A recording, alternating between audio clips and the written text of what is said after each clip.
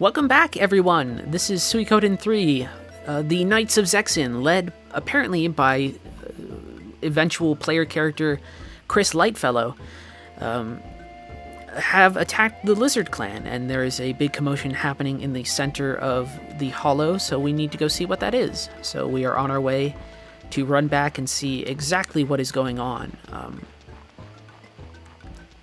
Trouble is afoot in the grasslands, and we get to sort of bear witness to it in not an overly passive way, but in a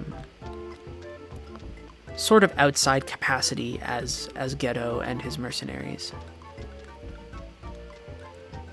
And so we need to see exactly what has happened.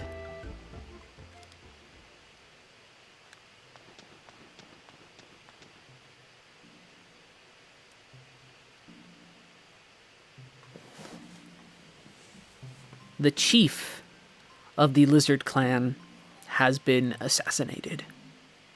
During the attack, when the guards had left to take care of the Zexin Knights, the chief was killed. So, discontent and the rumblings of war are starting, and we sort of get to see one of the causes of that war, and things are going to really build to a head in another incident that we are going to see a bit later on. But basically, we are going to do each character's chapter 1 through until we reach everything that we're going on. But the Lizard Clan, even though Geddoe and the others think that maybe something is perhaps amiss, the Lizard Clan is incensed to war by the violence against them, and so now Geddoe thinks that they should visit the Karaya village and meet with Lucia, their chief. So that is our next objective, and that is where we will go. I always forget how the map expands. For some reason, I always thought that, that's what I did in the last segment. I thought for some reason they were past the Yaza Plains near here, but I bet you that is Duck Clan territory, if only for the water. So instead, we need to go to Plain Amur and make our way towards the Karaya village.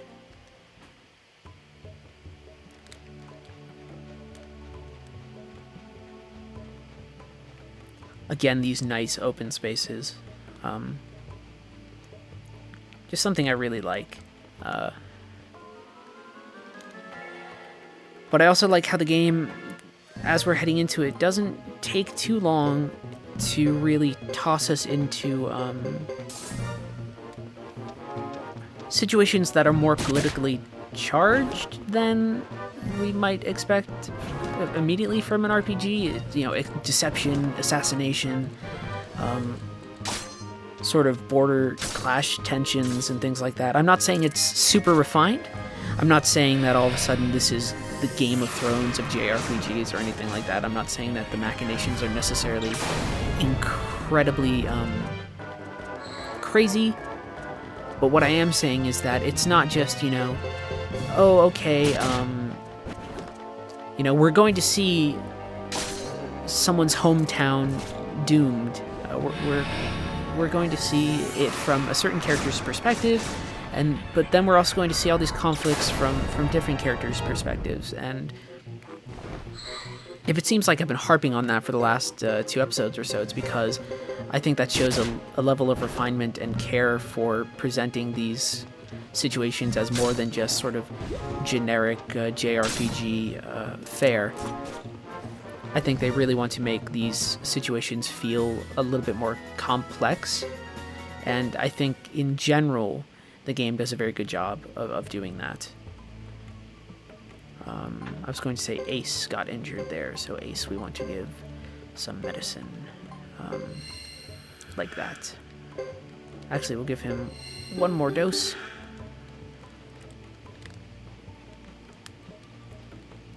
To give a sense of sort of how some of the things in Suikoden might work based upon me talking about, like, more refined notions of like what an inciting incident might be is in Suikoden 2, you and your friend are part of a youth brigade in an army, and that your unit is seemingly attacked by the enemy and decimated. Probably almost literally decimated because you two survive, and a couple other people sort of survive. You two certainly do. And it's a false flag operation by your own government in order to incite war. Which is then complicated by the arrival of the true runes, where you get one half of a true rune and your friend gets one half of a true rune, which is, first off, true rune is sort of hard to say 3 times fast, and then also the 2 runes naturally conflict with each other, which then ends up leading into this large thing where you're leading a sort of liberation army, but your friend is trying to reform the government from within and becomes a big political leader in this, and so. But always the inciting incidents are always more than they seem. There's always a little bit more going on besides just like, oh, a bad thing happened. There's clear political motivations that incite many of the things that are happening within the Suikoden series, and I appreciate that a lot.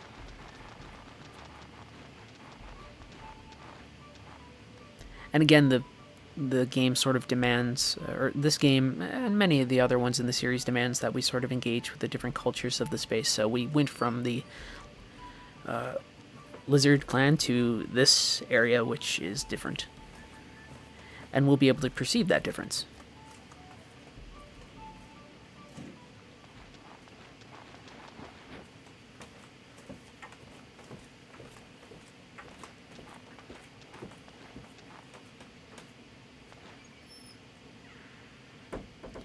And so we still get a little bit of that humor, though. Ace comes in and says, I'm a knife thrower. Jacques and Queen are acrobats. The one in black is an animal tamer.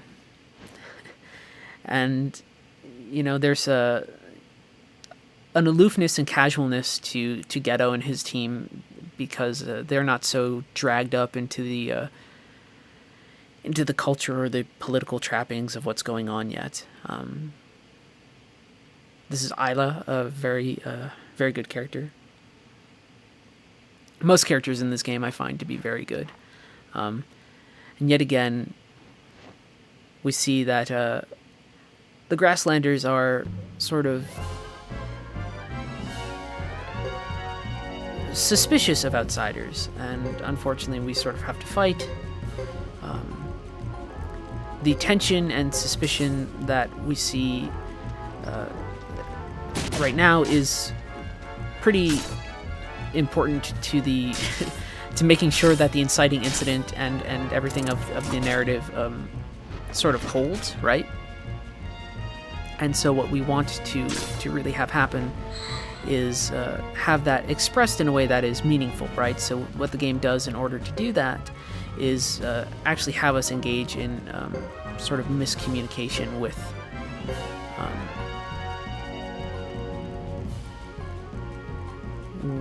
the Grasslanders here. I want to be careful because I can hurt my allies, and that would be very, very bad.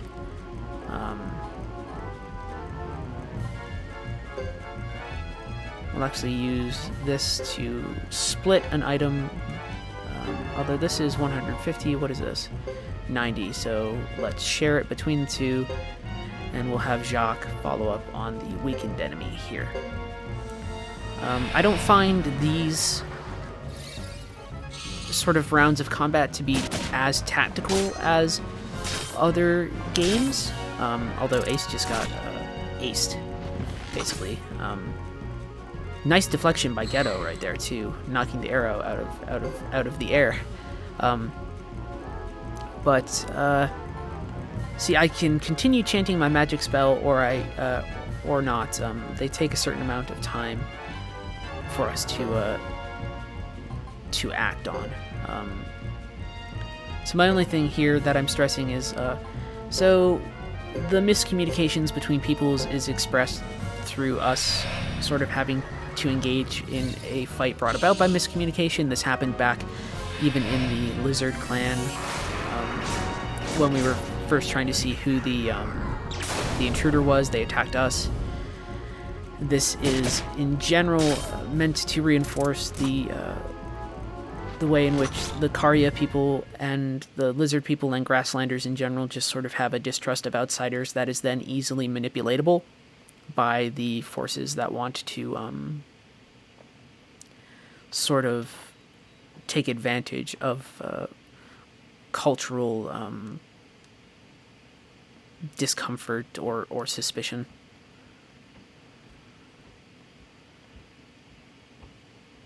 And this is Jimba. He's a very important character with a very important connection to Geddoe.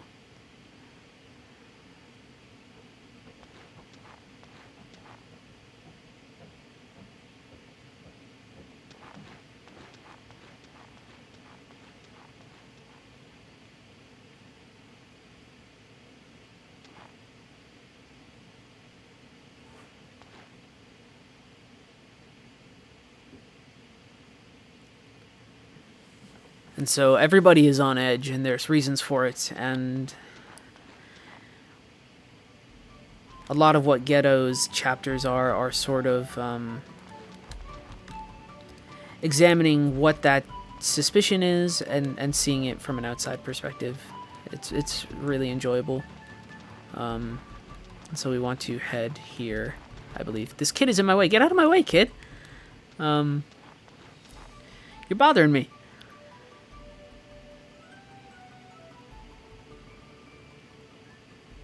Once again, the team sort of left behind as the captain has another one of his secret discussions.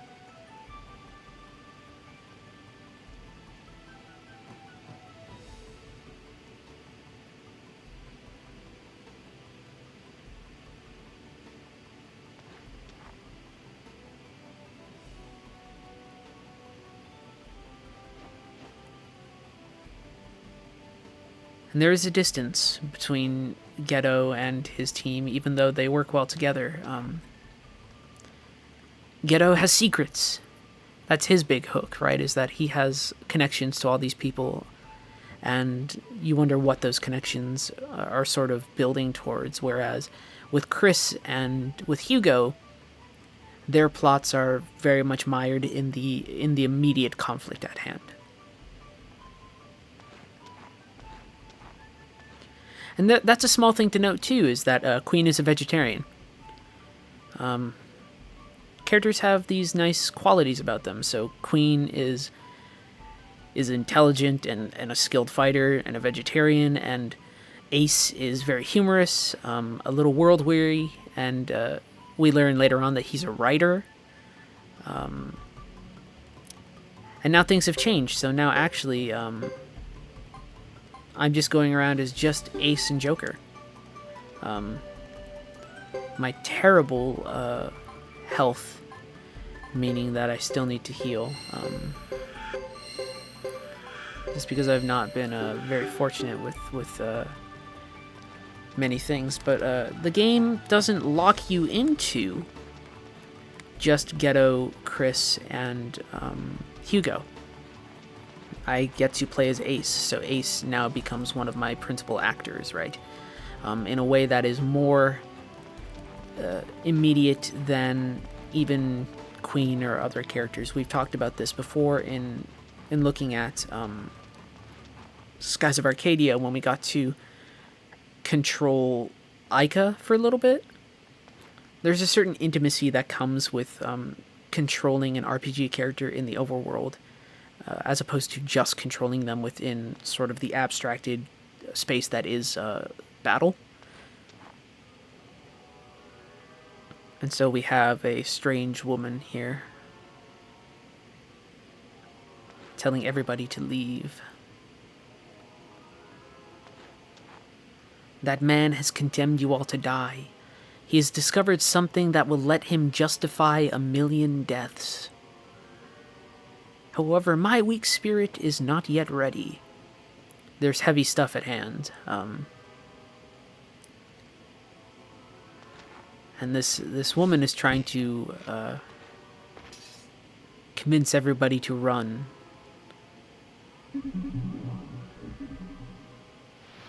A sorceress.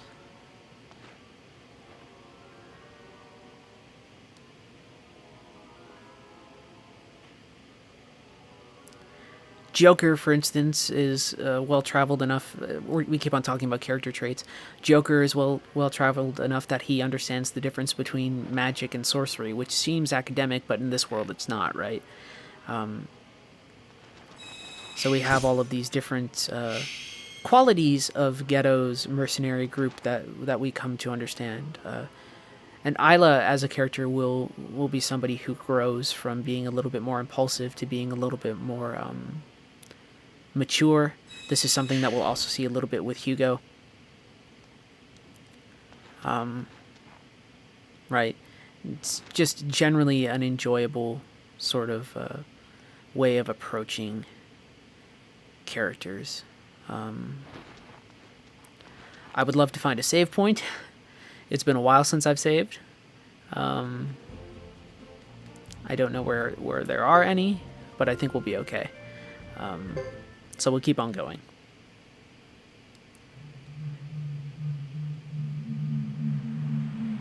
Isla able to sort of use magic to listen to the land and track where this sorceress may have gone.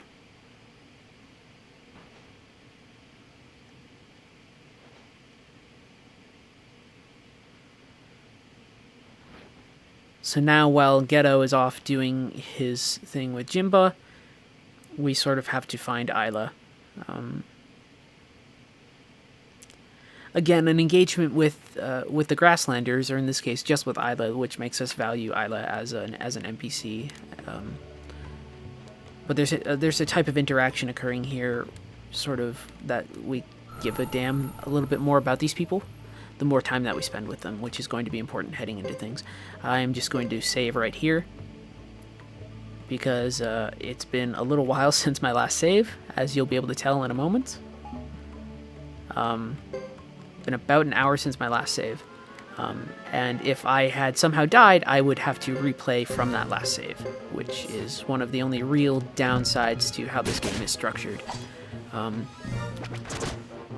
It's funny, sometimes I find that people can say that they don't like auto-saving in the sense that it, bogs down their memory with a lot of maybe unnecessary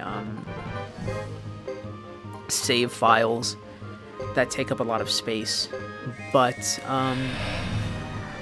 honestly, if people had to go back to a structure like this, I don't think many people would care for it in the least.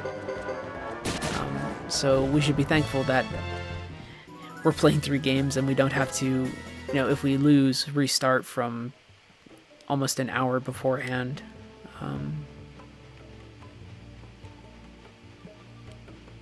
It's just, there are certain small things in RPGs that aren't small, if that makes sense. So that, for instance, is a, one thing that matters is sort of how saves are structured. Another thing that matters in games can be, for instance, I don't like the notion of experience points being sort of not granted to party members if they've been knocked unconscious.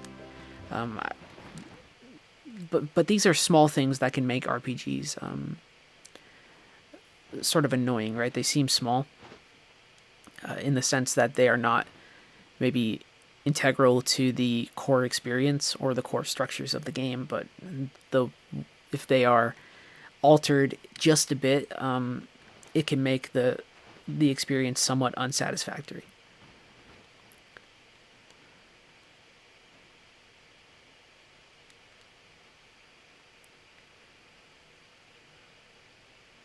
And so we jump to Geddoe meeting with Jimba. It's been a long while.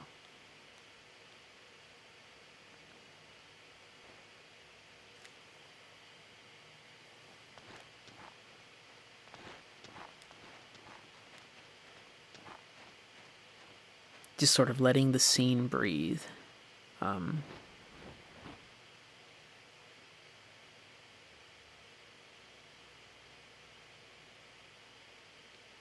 We're tracking down a rumor about the Firebringer reappearing. Recently, the bandits who wreaked havoc with the Matilda Knights a decade ago spoke of the Firebringer.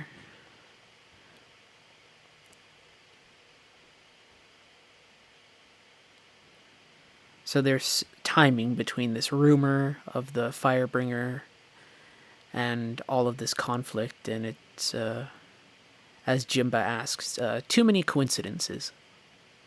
Something more is happening here than sort of meets the eye. And again, we have even more complications. Geddoe, for a while, he and his crew are just individuals who pop in into spaces, and bad stuff sort of happens around them, which makes them prime observers, but also just... and also allows them to be prime observers in the sense that they give us perspective on events that we wouldn't otherwise have. But for a while, there's less action on their part as there is reaction, right? They sort of go places, things happen, and they sort of have to deal with what is happening from there. Isla can follow the sorceress because she can hear the spirits.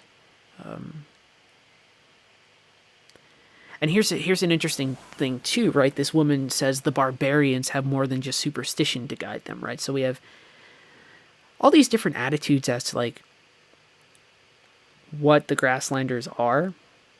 She calls them barbarians, but then Geddoe knows that if you just respect their customs, they're perfectly fine, right? They're not barbarians. Then we have these two folk, man in coat.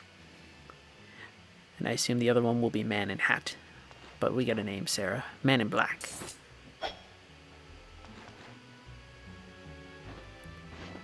Who is a character that we've seen in other Suikoden games, except he's never appeared like this.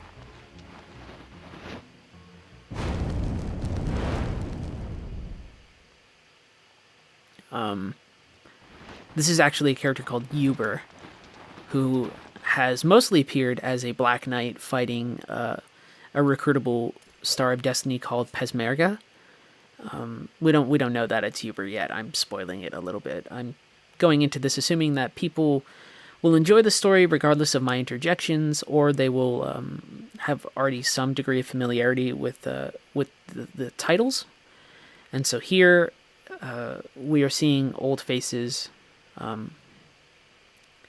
returning, and there's a lot of stuff going on. Different attitudes towards different people. The addition of sort of outside interlopers being made very clear at this point. And then we see off in the distance fire, which will be the inciting incident for the rest of the game, is the attack on the Karaya village, the Karaya village, by presumably the Zexin. Although, just from playing this chapter, we know that there's a man involved. Is it the man in the coat? We don't know entirely yet, but there's somebody who's willing to sacrifice many lives and do so in the name of some sort of higher purpose that justifies those losses. And we're sort of seeing, the Zexin are attacking the village, but we've seen outside interlopers and other things call into question everything that's going on. But this is going to be the incident that everybody sort of observes that leads into the rest of the game. Another soldier coming in. Burn them all. Don't let those savages get away. A character that we'll get to know in Chris's chapter acting perhaps in a way that is confusing to us if we had maybe played Chris's chapter first. It's hard to tell what's going on. There's a lot of ambiguities and confusions that are happening. And you have a choice here. And honestly, the choice is we need to not get involved. That's a tough boss fight. We can fight Boris, but it's not a fight that we really want to get involved with.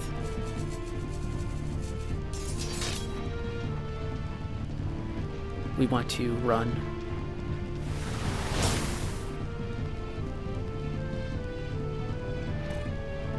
But this is like the first sort of intersection point between all characters. Chris is involved here, Hugo is involved here, Geddoe is involved here.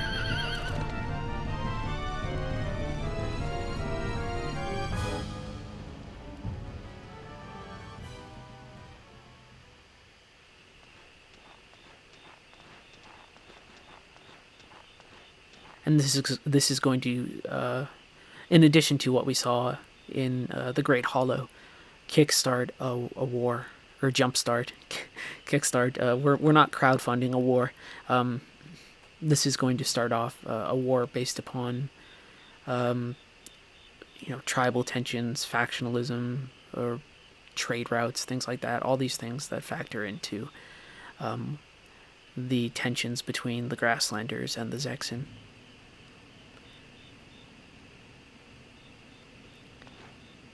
But I like that this is so we're going to end up playing as Hugo, who is from that village. So Hugo's thing, if you played it first, it just seems like a strict up, oh, your home village was destroyed. Isn't that a cliche jRPG thing? But then we get to see it from the viewpoint of the people who are perpetrating the attack, and from people who are caught up in the attack. And it's an interesting way of taking a common jRPG trope and turning it into something a little bit more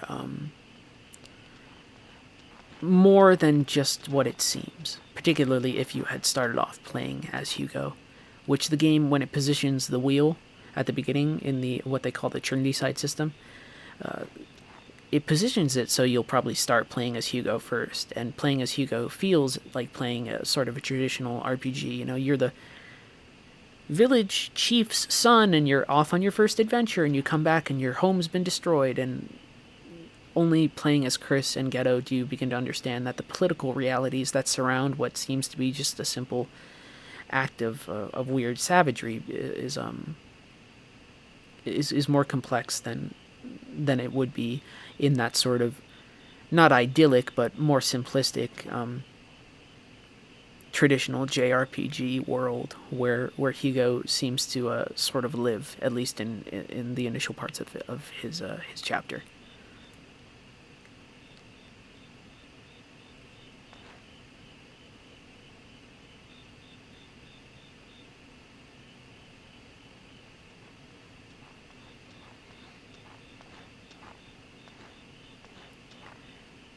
As a side note, I appreciate how colorful all the character designs are.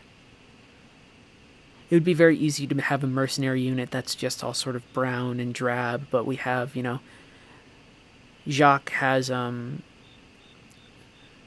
this soft green, blue color, and then Queen has a sort of a greenish tinge, and Joker has the purple, but also with sort of these cultural accoutrements, and it really stresses this is a band of sort of disparate misfits functioning under one banner as one unit. But this, I believe, takes us to the end of Geddoe's first chapter, which means that it will be time for us to look at Chris and Hugo next. I think we will probably do Chris's chapter next. Although I forget if it cuts off right here or if we have a little bit of movement before everything. But we will end up doing Chris next, no matter what, because we are almost at what I sort of want to be the end point of this chapter. But there's multiple clans: Chisa, Duck, Saphir Almakinan.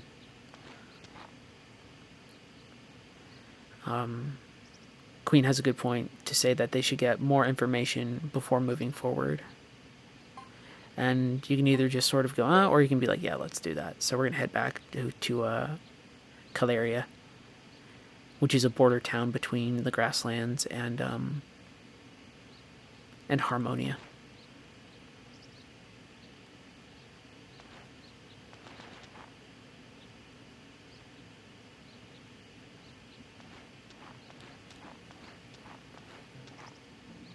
And now the group has Isla along.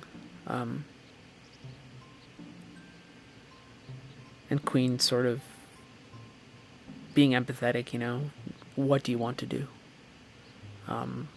We can't go after these people. We don't know what's going on. And Isla says, you know, if I go with you, will we see that woman again? And Queen doesn't even know, right? Because she wasn't there.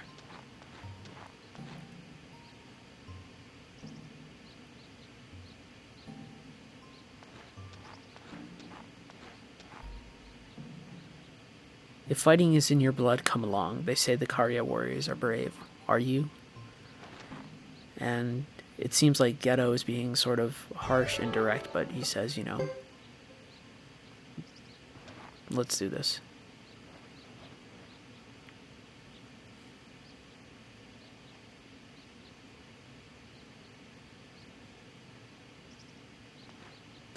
And Jacques offers to give her his share of the unit's sort of profits, I guess, in order to cover bringing her along, as opposed to sort of everybody just pitching in,